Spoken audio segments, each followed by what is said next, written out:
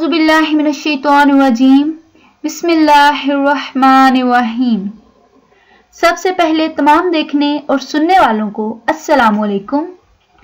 प्यारे दोस्तों, जिंदगी अल्लाह ताला की तरफ से एक अनमोल तोहफा है।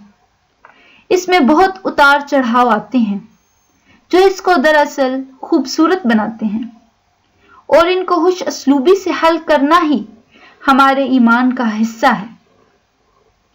जो होना है वो तो दरअसल होकर ही रहेगा, लिहाजा हमें हर हाल में खुश रहना चाहिए।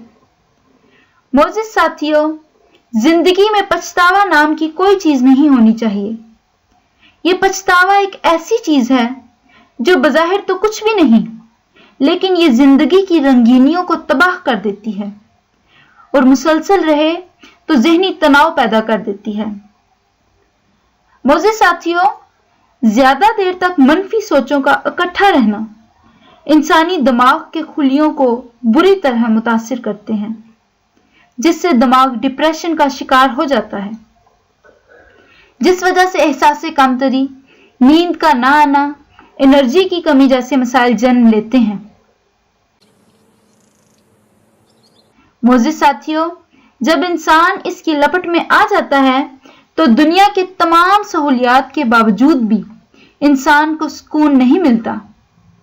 आजकल डिप्रेशन का शिकार होने की बड़ी वजूहात हमारे माशरती मसाइल हैं, जिनमें खानदानी, जहेज और बेरोजगारी सरे फहरिस्त हैं।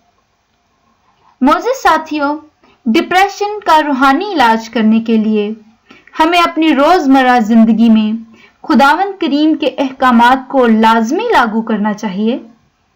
मिसाल के तौर पर, जब हम दिन में बाकायदा तरीके से वजू करके नमाज अदा करते हैं तो इस वक्त बहुत सी बीमारियां हमारे जिस्म से दूर हो जाती हैं,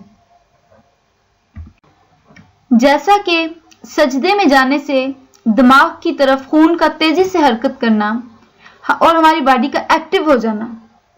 यह बहरहाल एक अलग मौजू है, इसके लिए मैं आपके लिए अलग वीडियो बनाऊंगी।